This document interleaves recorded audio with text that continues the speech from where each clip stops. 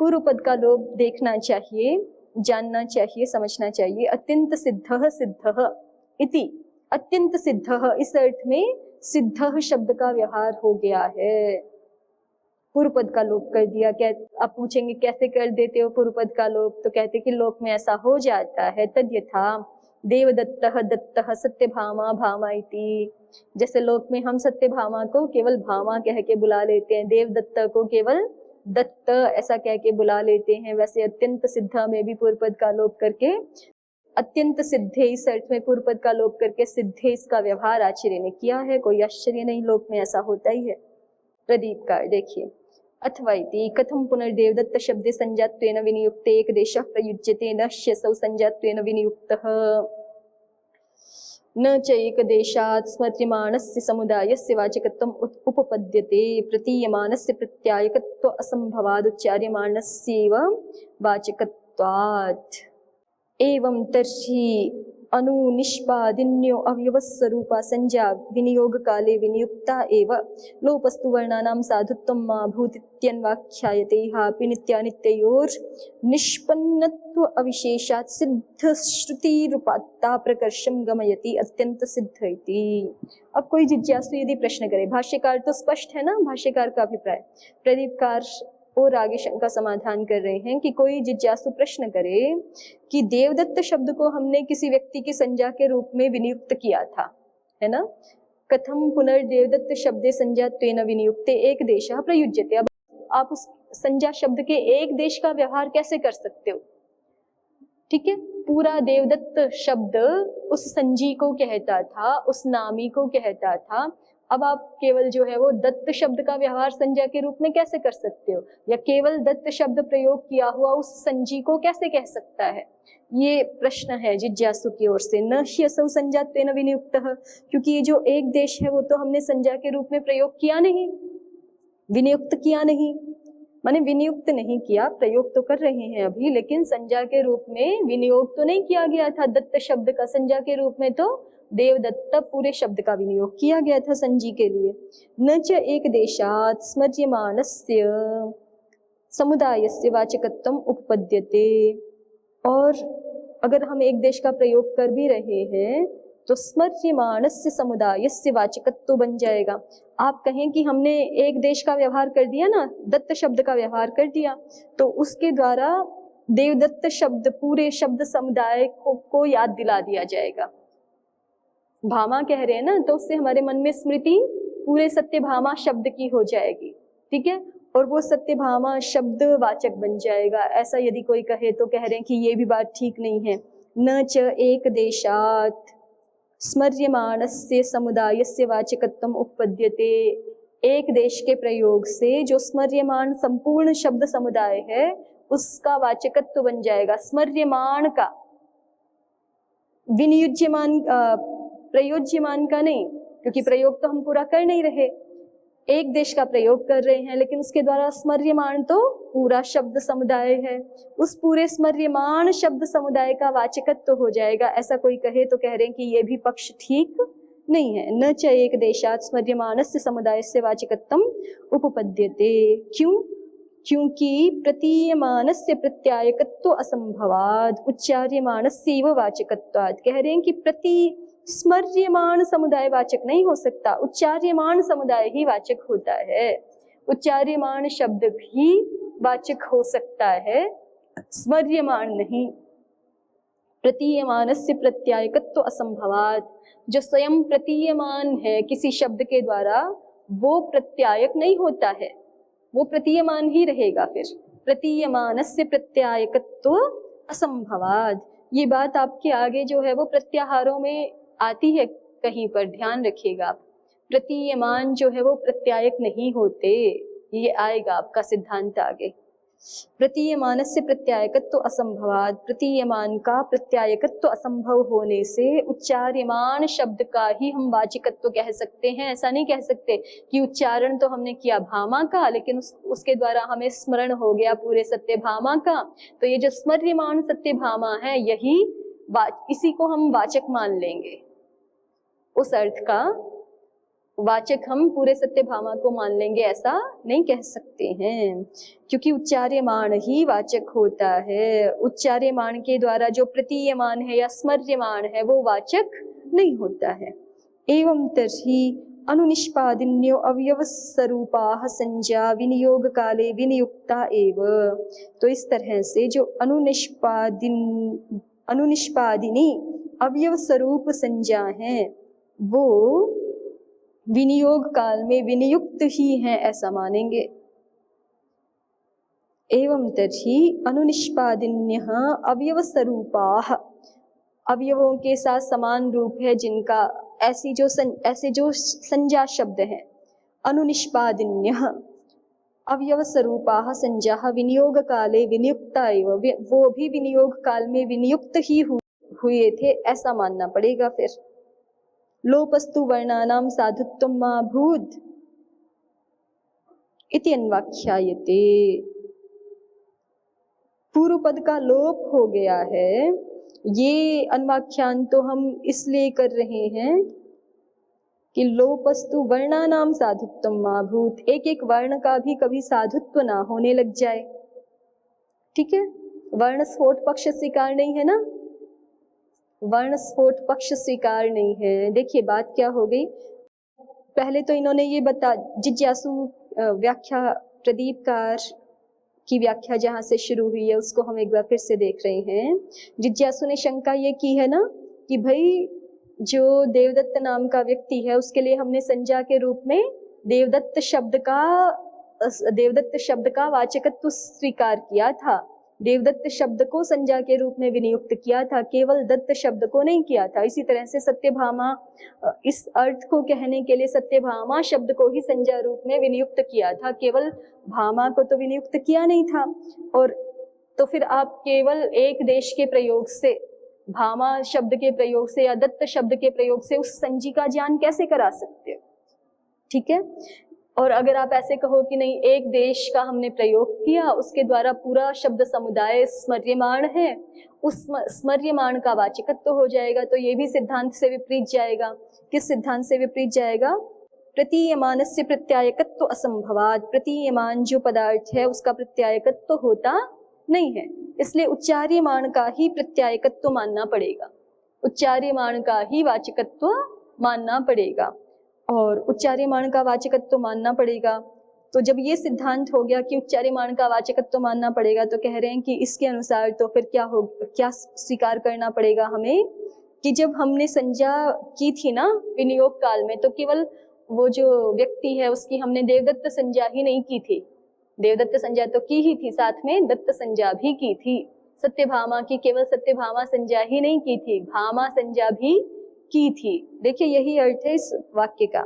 एवं तर्हि अनुनिष्पादिन्यः संज्ञाः अवयव स्वरूपाः संज्ञा, अनुनिष्पादिनी जो अवयव स्वरूप, अवयवों के साथ समान रूप वाली संज्ञा है वो भी विनियोग काल में ही विनियुक्त कर दी गई, ऐसा स्वीकार करना होगा। ठीक है, अब कोई कहे कि जब ऐसी बात है, आप ऐसा कह रहे हैं कि अवयव स्वरूप वाली संज्ञाएं भी, अनुनिष्पादिनी अवयव स्वरूप वाली संज्ञाएं भी विनियोग काल में ही विनियुक्त कर दी गई, ऐसा आप कह रहे हैं, तो फिर आपने भाष्य में ऐसा क्यों कहा पूर्व पद लोपोत्र द्रष्टव्यः, कि यहाँ पूर्व पद का लोप हो गया है, पूर्व पद का लोप समझ लेना चाहिए, आप तो ऐसा कह रहे हैं ना।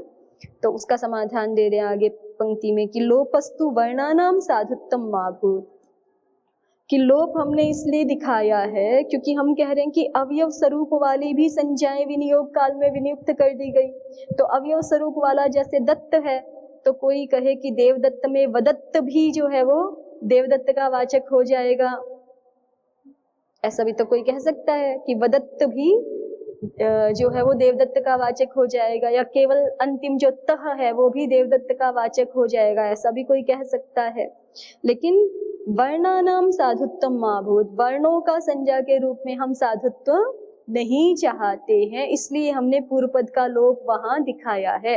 लोपस्तु, क्योंकि अवयव स्वरूप संज्ञा तो ये भी है ना भाई, अवयव के साथ समान रूप वाला, जैसे दत्त शब्द है, देवदत्त के एक अवयव विशेष को लेकर के हम दत्त शब्द का व्यवहार कर रहे हैं, वैसे ही कोई कहेगा कि देवदत्त की अवयव स्वरूप संज्ञा तह भी है, या देवदत्त की अवयव स्वरूप संज्ञा वदत्तः भी है, ऐसा भी कोई कह सकता है ना।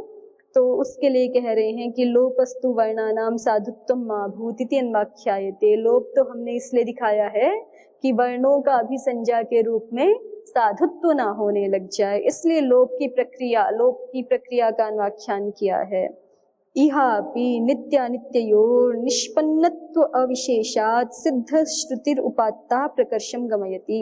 यहाँ भी नित्य अनित्ययोर निष्पन्नत्व अविशेषात्, नित्य और अनित्य इन दोनों में निष्पन्नत्व के अविशेष होने से सिद्ध श्रुतिर उपात्ता, सिद्ध श्रुति ग्रहण की गई, अत्यंत सिद्ध बोला गया है ना। मानो सिद्ध ही बोलते तो फिर सिद्ध से वही नित्य और अनित्य दोनों अर्थ आ सकते थे, ठीक है, या बिना सिद्ध शब्द के कहे भी आ सकते थे वो तो। लेकिन चलो यहाँ ऐसे मान ले कि सिद्ध शब्द कहा है और वो दोनों अर्थों का वाचक होता है, लेकिन फिर अत्यंत सिद्ध लगा दिया, ठीक है। तो अत्यंत सिद्ध कहने से जो नित्य अर्थ होगा उसी को लिया जाएगा, अनित्य को नहीं लिया जाएगा। प्रकर्षम गमयति, सिद्ध श्रुति रूपात्ता प्रकर्षम गमयति, अत्यंत सिद्ध। यहाँ पर भी वस्तुतः वही अभिप्राय है जो पिछले बार कहा था, लेकिन वहां पे कहने का तरीका अलग था, यहाँ पे कहने का तरीका अलग है कि अत्यंत सिद्ध अर्थ में सिद्ध शब्द का व्यवहार हो रहा है। यहाँ सीधे ये दिखाया ना कि पूर्व पद का लोप हो गया, पहले तो ऐसे नहीं दिखाया था। पहले तो ये दिखा रहे थे कि शब्दार्थ संबंध इतना ही कह देते तो भी नित्य अनित्य दोनों आते, फिर जो सिद्धे कहा है उसका मतलब है सिद्धे एव, और सिद्धे एव ये नित्य पदार्थों में घटता है, अनित्य पदार्थों में नहीं घटता है। अब दिखाने का तरीका अलग है। अब क्या कह रहे हैं कि अत्यंत सिद्ध, इस अर्थ में सिद्ध शब्द का व्यवहार आचार्य ने किया है, प्रयोग आचार्य ने किया है। आगे उद्योत देखिए, उद्योतः अथवा इति मनुष्य वृक्षाद्यपेक्षया आकाशादीनाम अपि अत्यंत सिद्धत्वमिति भावः। अत्यंत सिद्धता किसको कह रहे हैं कि मनुष्य वृक्ष आदि की अपेक्षा तो आकाश आदि भी अत्यंत सिद्ध ही है, ठीक है। मनुष्य वृक्ष आदियों की अपेक्षा आकाश आदि की भी अत्यंत सिद्धता ही है, ये भाव है। प्रतीयमानस्य इति एतद् अनुदित सूत्रे उपपादयिष्यते। देखिए ये लिख दिया ना उद्योतकार ने, प्रतीयमान का प्रत्यायकत्व नहीं होता है, ये अनुदित सूत्र में बात आएगी। अणुरुदित सवर्ण के ग्राहक होते हैं ना, तो वहां ये बात आती है ना कि अण में जो साक्षात ग्रहण है अ ई उ रील री आदि, वही अपने सवर्ण के ग्राहक होंगे। कोई कहे कि आ भी तो जो है अण है, वो भी अपने सवर्ण का ग्राहक हो जाएगा, तो वो अपने सवर्ण का ग्राहक नहीं होगा, है ना, क्योंकि वो अण के द्वारा प्रतीयमान अर्थ है। अण के द्वारा सीधे सीधे किनका ग्रहण होगा, साक्षात ग्रहण जो वहां पढ़े हुए हैं प्रत्याहार सूत्र में अ ई उ आदि, तो वो तो अपने सवर्णों के ग्राहक हो जाएंगे।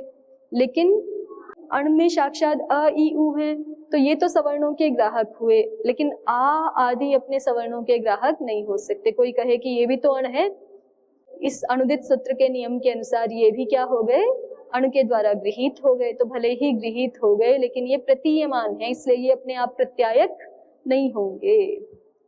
एतद् अनुदित सूत्रे उपपादयिष्यते एवं तर्हीति एवमेव घटपदं कलशपर्यायः इत्यादि प्रयोगः। एवं तर्हि अनुनिष्पादिन्यो अव्यवस्वरूपाः संज्ञा विनियोग काले विनियुक्ता एव। तो एवमेव घटपदं कलश पर्याय इत्यादि प्रयोगाः, घटपद जो है कलश का पर्याय है इत्यादि प्रयोग भी इसी तरह से प्रयुक्त होते हैं। विनियोग काल में ही अन्य संज्ञाएं भी कर दी गई है। जैसे कह रहे हैं ना कि उस व्यक्ति को कहने के लिए केवल देवदत्त शब्द ही नहीं किया है, दत्त शब्द भी कर दिया है। इसी तरह से घट पदार्थ को कहने के लिए केवल घट शब्द ही नहीं किया है, कलश आदि शब्द भी कर दिए गए हैं, ठीक है। संज्ञा विनियोग काले तेपि शब्दाः विनियुक्ताः एव, अन्यथा पर्यायवाचीति प्रयोज्यम स्यात्। नहीं तो फिर पर्यायवाची ये इति प्रयोज्यम स्यात्, ये प्रयोज्य हो जाएगा यदि हम संज्ञा विनियोग काल में ही अन्य शब्दों को विनियुक्त ना करें तो। विनापि प्रत्ययम पूर्वोत्तर पदयोर लोप इति लोप विधायकम तर्हि किमर्थम अतः लोपस्थिति। ये वार्तिक है। विनापि प्रत्ययम पूर्वोत्तर पदयोर लोपः। ये लोप विधायक वाक्य है हमारे पास। इति लोप विधायकम तर्हि किमर्थम, क्योंकि आपने पक्ष बदल दिया ना प्रदीपकार ने, पूर्व पद लोप अत्र द्रष्टव्य नहीं माना, अंततः ये मान लिया ना कि अनुनिष्पादिनी अवयव स्वरूप संज्ञा विनियोग काल में ही विनियुक्त कर दी गई। ऐसा नहीं है कि सत्य भामा के सत्य इस पूर्व पद का लोप करके हमने प्रयोग कर लिया, ऐसा नहीं। वो भामा ही संज्ञा विनियोग काल में ही विनियुक्त कर दी गई थी उस पदार्थ के लिए, ऐसा सिद्धांत माना ना। तो फिर कोई कहे कि फिर आप पूर्वोत्तर पद का लोप विधायक वाक्य किस लिए रखते हैं अपने शास्त्र में? विनापि प्रत्ययम पूर्वोत्तर पदयोर लोपः, इस प्रकार का लोप विधायक जो वाक्य है उसका क्या प्रयोजन है फिर? इति लोप विधायकम तर्हि किमर्थम अतः। तो कह रहे हैं कि लोप तो हमने केवल इसके लिए किया है, व्याकरण की प्रक्रिया में जो पूर्व पद का लोप हमने किया है वो केवल इसलिए किया है कि वर्णों का भी अलग अलग एक एक वर्ण का भी उस अर्थ में साधुत्व कोई ना कहने लग जाए। ठीक है, पता चल जाए व्याकरण की प्रक्रिया के द्वारा कि भामा का भी संजात्व है और सत्य भामा का भी संजात्व है, लेकिन य भामा का या त्य भामा का तो या केवल माँ का तो संजात्व नहीं है। ये पता लगने के लिए हमने पूर्वोत्तर पदयोर लोपः, ये लोप विधायक वाक्य रखा है। वर्णानाम दे इत्यादि नाम, ठीक है ना। देवदत्त में केवल दे भी जो है वो संज्ञा रूप में है, ऐसा कोई ना कहने लग जाए, या केवल तह भी या वदत्तः भी ऐसा कोई ना कहने लग जाए, इसके लिए। तत्रापि क्वचित पूर्व पदस्य एव क्वचित उत्तर पदस्य एव क्वचित उभयोरिति लोप व्यवहारेणैव निर्णयम्। और जब हम कह रहे हैं कि पूर्व उत्तर पद का लोप हो जाता है, तो कहाँ पूर्व पद का लोप होता है, कहाँ उत्तर पद का लोप होता है? और क्वचित उभयोरिति, और कहीं दोनों का भी हो जाता है। ये सब जो व्यवस्था है वो लोक व्यवहार से ही जाननी चाहिए। कहीं पर पूर्व पद का लोप, कहीं उत्तर पद का, माने जहाँ उत्तर पद का लोप हो जाएगा वहां पूर्व पद का ही साधुत्व है, जहाँ पूर्व पद का लोप हो जाएगा वहां उत्तर पद का ही साधुत्व है। और कहीं कहीं अब ये क्वचित उभयोः लोपः ऐसे नहीं जुड़ पाएगा ना, इसलिए साधुत्व जोड़ रहे हैं यहाँ पर दोनों का, क्योंकि दोनों का लोप कर देंगे तो बचेगा क्या, फिर प्रयोग के लिए कुछ बचेगा नहीं शेष। तो क्वचित पूर्व पदस्यैव साधुत्वम क्वचित उत्तर पदस्यैव साधुत्वम। ठीक है, हो सकता है देवदत्त को कहने के लिए जो है वो दत्त का साधुत्व तो लोक में स्वीकृत हो, लेकिन देव इसका साधुत्व ना स्वीकृत हो, ऐसा हो सकता है। ये तो लोक व्यवहार से ही जानने योग्य विषय है। या फिर कहीं पर हो सकता है देव और दत्त दोनों का भी साधुत्व हो। सत्य भामा को सत्या या भामा दोनों भी कह करके बोला जा सकता है, या केवल भामा ही कह के बोला जा सकता है। ये सारा विषय लोक व्यवहार से जानने योग्य है। एवं वर्णानाम शक्ति भावोपि तत एव निर्णयः इति तत्वम्। और इसी तरह से सत्य भामा को केवल माँ या भा ऐसा कह के नहीं बोला जा सकता, ये सारा भी लोक व्यवहार से ही निर्णय है। वर्णों का असाधुत्व उस अर्थ को कहने के लिए ये भी लोक व्यवहार से ही निर्णय करने योग्य है। एवं वर्णानाम शक्ति भावोपि, वर्णों की उस अर्थ को कहने के लिए शक्ति नहीं है, ये भी हमें लोक व्यवहार से ही जानना चाहिए। इति तत्वम निष्पन्नत्वेति विद्यमान काल संबंधः निष्पन्नत्वम। अंतिम में प्रदीपकार ने लिखा था ना, इहापि नित्य अनित्योर निष्पन्नत्व अविशेषात्। ठीक है, नित्य और अनित्य इन दोनों में ही निष्पन्नत्व अविशेष है, माने विद्यमान काल से संबंध, वर्तमान काल से संबंध तो उनका अविशेष है। वर्तमान काल में तो दोनों ही हैं, ठीक है, चाहे जिसको हम सिद्ध कह रहे हैं चाहे जिसको असिद्ध कह रहे हैं, उनका विद्यमान काल से संबंध। तो क्योंकि जिसको हम जैसे घट आदि को कह रहे हैं अनित्य पदार्थ को, वो भी वर्तमान काल में तो है ही, तभी तो कह रहे हैं, लेकिन प्राग अवस्था में नहीं था, प्रध्वंस अवस्था में नहीं रहेगा, ऐसा है ना। तो निष्पन्नत्व तो दोनों में विशेष अविशेष रूप से है, नित्य पदार्थ में भी और अनित्य पदार्थ में भी। लेकिन फिर भी अत्यंत कहा है तो अत्यंत सिद्ध कहने से केवल विद्यमान काल के संबंध को नहीं लिया जाएगा, भूतकालिक और भविष्यकालिक संबंध कैसा है उसको भी देखा जाएगा, तब अत्यंत सिद्ध कहा जाएगा। जिसका भूतकाल में भी संबंध बना हुआ था और जिसका भविष्यत काल में भी संबंध बना रहेगा, उसको अत्यंत सिद्ध मानेंगे ना। ठीक, तो निष्पन्नत्व से यहाँ पर उद्योत ने एक अर्थ विशेष लिया है, विद्यमान काल संबंध निष्पन्नत्वम। अब इसको पूर्ण कर रहे हैं, अंतिम चतुर्थ प्रयोजन, चतुर्थ प्रमाण या चतुर्थ समाधान उपस्थित कर रहे हैं। अथवा व्याख्यान तो विशेष प्रतिपत्तिर्न ही संदेहाद अलक्षणम, या फिर कहिए कि आपको सिद्धे शब्दार्थ संबंधे सुन करके संदेह हो रहा है ना कि सिद्ध शब्द के दो अर्थ होते हैं, नित्य भी और अनित्य भी, तो हम क्या ले? तो वैयाकरणों का तो सिद्धांत है कि व्याख्यान तो विशेष प्रतिपत्तिर नहीं संदेहाद अलक्षणम, संदेह होने मात्र से किसी आचार्य वाक्य को, शास्त्र वाक्य को हमें अलक्षण नहीं मान लेना चाहिए। मिथ्या लक्षण, असत्य है ऐसा नहीं स्वीकार कर लेना चाहिए, गड़बड़ है ऐसा नहीं स्वीकार कर लेना चाहिए। संदेह हो रहा है तो व्याख्यान तो विशेष प्रतिपत्तिर, उसका व्याख्यान कीजिए, वहां विशेष का निश्चय कीजिए, ज्ञान कीजिए, ये सिद्धांत है। तो इस सिद्धांत के अनुसार आप यहाँ पे निश्चय कीजिए और जान लीजिए कि सिद्धे शब्द नित्य इस अर्थ में है। अथवा व्याख्यान तो विशेष प्रतिपत्तिर नहीं संदेहाद लक्षणम इति नित्य पर्यायवाचिनो ग्रहणमिति व्याख्यास्यामः। ठीक है, अथवा हम क्या करेंगे, व्याख्यान तो विशेष प्रतिपत्तिर नहीं संदेहाद अलक्षणम, इस सिद्धांत के अनुसार हम व्याख्यान कर देंगे कि यहाँ पर सिद्ध शब्द नित्य पर्यायवाची ही है, नित्य पर्यायवाची सिद्ध शब्द का ही ग्रहण है, अनित्य पर्यायवाची सिद्ध शब्द का ग्रहण नहीं है। प्रदीप न्यायाद्वा नित्यत्वम शब्दादीनाम स्थितम मित्याह, ये पहले न्याय दिखाए हैं कुछ, ये न्याय ही है ना कि एक पद अवधारण भी होते हैं, पूर्व पद का लोप भी देखा जा सकता है। तो न्यायाद्वा नित्यत्वम शब्दादीनाम स्थितम इति आह, अथवा या फिर न ही संदेह मात्राद अलक्षणता भवति, संदेह मात्र से अलक्षणता होती नहीं है। पुनः प्रमाणांतरेण निश्चयोत्पादात, संदेह हो भी जाए तो प्रमाणांतर से क्या हो जाता है, निश्चय उत्पन्न हो जाता है। इसलिए संदेह मात्र से अलक्षणता नहीं होती है किसी वाक्य की। उद्योतः ननु निर्युक्तिकम व्याख्यानम अयुक्तम, कोई जिज्ञासु कहे कि आप कह रहे हो कि हम व्याख्यान कर लेंगे कि सिद्ध शब्द नित्य पर्यायवाची है, कैसे व्याख्यान कर लोगे? आपने कोई युक्ति तो प्रस्तुत की नहीं। युक्ति पूर्वक व्याख्यान करें तो ठीक है, समझ में आए।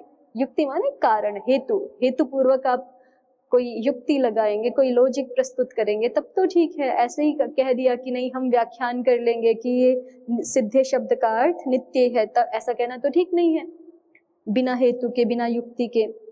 वही जिज्ञासु कह रहा है यहाँ पे, ननु निर्युक्तिकम व्याख्यानम अयुक्तम, निर्युक्तिक व्याख्यान तो अयुक्त हो जाएगा, विपरीतस्य अपि संभवात्।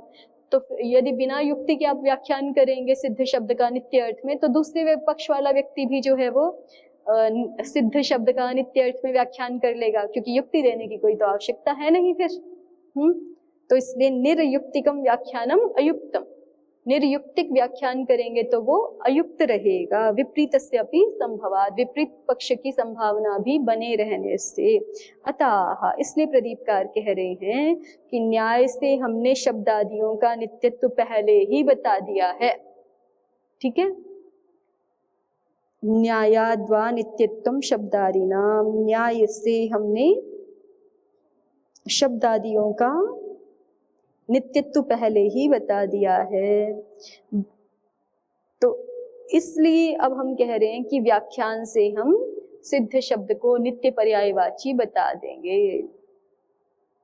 वृद्ध व्यवहारादेव पदार्थ संबंधानां नित्यत्वं संग्रह आदौ स्थितम् इति व्याख्यानतः सिद्ध शब्देन तदेव उपात्तम् इत्यर्थः। वृद्ध व्यवहार से ही पद, अर्थ और संबंधों का नित्यत्व संग्रह आदि ग्रंथों में भी स्थित है, निश्चित है, निश्चित किया गया है।